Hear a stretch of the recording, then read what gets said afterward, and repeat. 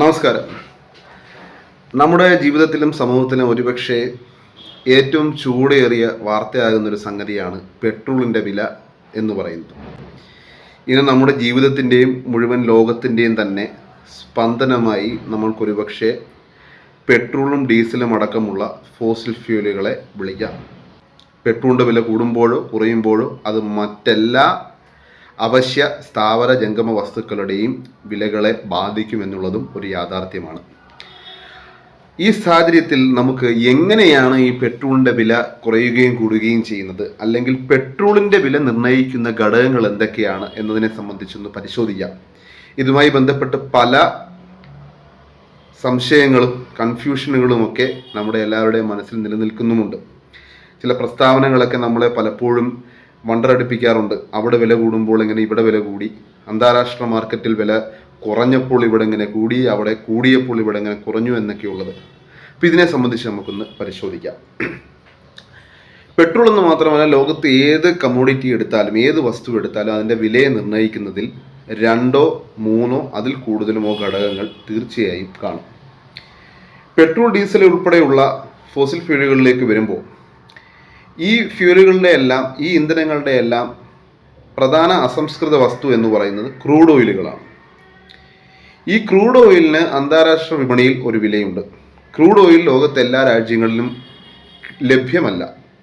അത് ലഭ്യമാകുന്ന ചുരുക്കം ചില രാജ്യങ്ങളിൽ നിന്നും മറ്റെല്ലാ രാജ്യങ്ങളും ഇത് വാങ്ങിക്കുകയാണ് പൈസ കൊടുത്ത്. ഡോളർ കൊടുത്താണ് ഈ ക്രൂഡ് ഓയിൽ വാങ്ങിക്കുന്നത് എന്ന് നമ്മൾ ശ്രദ്ധിക്കേണ്ടതാണ്. അപ്പോൾ ഇന്ത്യയിലെ വൻകിട ഓയിൽ കമ്പനികൾ, ഭാരത് പെട്രോളിയം, ഇന്ത്യൻ ഓയിൽ പോലുള്ള കമ്പനികൾ അന്താരാഷ്ട്ര വിപണിയിൽ ക്രൂഡ് ഓയിലിന് എത്ര ഡോളറാണോ വില, ആ ഡോളർ വില നൽകി അന്താരാഷ്ട്ര വിപണിയിൽ നിന്നും ക്രൂഡ് ഓയിൽ ഇന്ത്യയിലേക്ക് കയറ്റുമതി ചെയ്യുന്നു. അതിനുശേഷം ഇവരുടെ തന്നെ റിഫൈനറികളിലേക്ക് ഇത് എത്തിക്കുന്നു. റിഫൈനറികളിൽ ഇത് സംസ്കരിച്ച്, ക്രൂഡ് ഓയിൽ സംസ്കരിച്ച് പെട്രോളും ഡീസലും ഒക്കെ ആക്കുന്നു.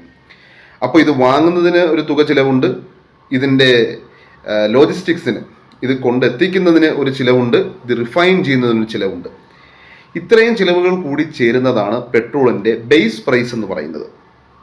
ഈ ബേസ് പ്രൈസ് ക്രൂഡ് ഓയിലിൻ്റെ അന്താരാഷ്ട്ര മാർക്കറ്റിലെ വിലയുമായി നേരിട്ട് ബന്ധപ്പെട്ടിരിക്കുകയാണ്. എന്നാൽ ഒരു കസ്റ്റമർ, ഒരു ഉപഭോക്താവ് പെട്രോൾ ഒരു പമ്പിൽ പോയി വാങ്ങുമ്പോൾ അയാൾ ഈ ബേസ് പ്രൈസ് മാത്രമല്ല നൽകുന്നത്. നമുക്കറിയാം, ഈ വൻകിട കമ്പനികൾ പെട്രോൾ അല്ലെങ്കിൽ ക്രൂഡ് ഓയിൽ സംസ്കരിച്ച് പെട്രോളോ ഡീസലോ ആക്കിയതിന് ശേഷം ഇത് പെട്രോൾ ഡീലർമാർക്ക് കൊണ്ടു കൊടുക്കുകയാണ്. ഈ ഡീലർമാർക്ക് 1 ലിറ്റർ പെട്രോളിൽ ചെറിയൊരു തുക ഡീലർ കമ്മീഷൻ എന്ന രീതിയിൽ പോകുന്നുണ്ട്.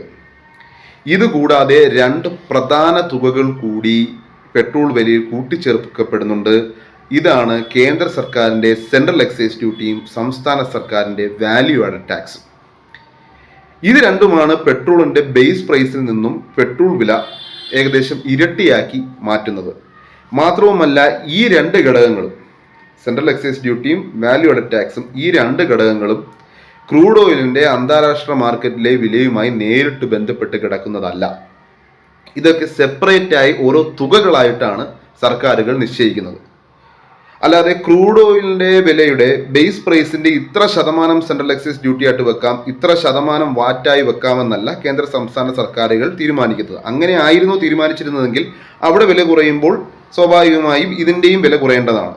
അപ്പോൾ അത്തരമൊരു ബന്ധപ്പെടൽ ഒഴിവാക്കാൻ വേണ്ടിയിട്ടാണ് സർക്കാരുകൾ ഈ ടാക്സ് എമൗണ്ടുകൾ ഓരോ തുകകളായി ഫിക്സ് ചെയ്യും.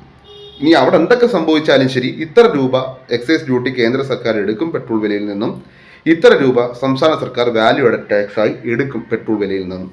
ഇത് ബാഹ്യഘടകങ്ങൾ മൂലം സർക്കാരിൻ്റെ നികുതി വരുമാനത്തിൻ്റെ ആവശ്യകതയും സർക്കാരിൻ്റെ ബഡ്ജറ്റിൽ നിന്നുള്ള നികുതി വരുമാനത്തിൻ്റെ ആവശ്യകതയും പോലുള്ള ഘടകങ്ങളുടെ അടിസ്ഥാനത്തിലാണ് ഈ സെൻട്രൽ എക്സൈസ് ഡ്യൂട്ടിയും ഈ വാല്യൂ ആഡഡ് ടാക്സും കേന്ദ്ര സംസ്ഥാന സർക്കാരുകൾ നിർണ്ണയിക്കുന്നത്. അപ്പോൾ ഇതുകൂടി ചേരുമ്പോഴാണ് പെട്രോളിന് 1 ലിറ്ററിന് ഇത്ര രൂപ നമ്മുടെ വിപണിയിൽ ഉണ്ടാകുന്നതും പല സന്ദർഭങ്ങളിലും അന്താരാഷ്ട്ര വിപണിയിൽ ക്രൂഡ് ഓയിലിൻ്റെ വില കുറയുന്ന സാഹചര്യത്തിലും നമ്മുടെ രാജ്യത്ത് പെട്രോളിൻ്റെ വില കൂടുന്നതും. ഇനി ഞാൻ സംസ്ഥാന സർക്കാർ ചുമത്തുന്ന വാല്യൂ ആഡഡ് ടാക്സിൻ്റെ കാര്യം പറഞ്ഞു. ഈ വാല്യൂ ആഡഡ് ടാക്സിൻ്റെ സംസ്ഥാനങ്ങളിൽ നിന്ന് സംസ്ഥാനങ്ങളിലേക്ക് എത്തുമ്പോഴുള്ള ഏറ്റക്കുറച്ചിൽ മൂലമാണ് ഇന്ത്യയിലെ വ്യത്യസ്ത സംസ്ഥാനങ്ങളിൽ വ്യത്യസ്ത രൂപ പെട്രോൾ ഉണ്ടാകുന്നത്. കേരളത്തിൻ്റെ വാല്യൂ ആഡഡ് ടാക്സ് ആയിരിക്കില്ല തമിഴ്നാട്ടിൽ. അപ്പോൾ കേരളത്തിലെ പെട്രോളിൻ്റെ വിലയിൽ നിന്നും ചെറിയൊരു വ്യത്യാസം തമിഴ്നാട്ടിലെ വിലയിൽ ഉണ്ടാകും. അപ്പോൾ അതുകൊണ്ടാണ് സംസ്ഥാനങ്ങൾ തമ്മിലുള്ള പെട്രോളിൻ്റെ വിലയിലും വ്യത്യാസം ഉണ്ടാകുന്നത്. അപ്പോൾ നമ്മൾ ആദ്യം മനസ്സിലാക്കേണ്ടത് ക്രൂഡ് ഓയിലിൻ്റെ അന്താരാഷ്ട്ര വിപണിയുമായി ബന്ധപ്പെട്ട് ഒരു ഘടകമുണ്ട്.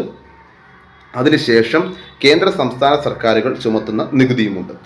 ഇതുകൂടാതെ ഒരു അഡീഷണൽ ഘടകം കൂടിയുണ്ട്. അത് എന്ന് പറയുന്നത് ഡോളറുമായി താരതമ്യം ചെയ്യുമ്പോഴുള്ള രൂപയുടെ മൂല്യമാണ്. ഞാൻ തുടക്കത്തിൽ സൂചിപ്പിച്ചു അന്താരാഷ്ട്ര വിപണിയിൽ നിന്നും വൻകിട കമ്പനികൾ ക്രൂഡ് ഓയിൽ വാങ്ങുന്നത് ഡോളറിലാണ് എന്ന്.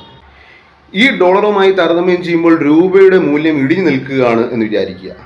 ഒരു ഡോളറിന് 70 രൂപയാണ് എന്ന് വിചാരിക്കുക.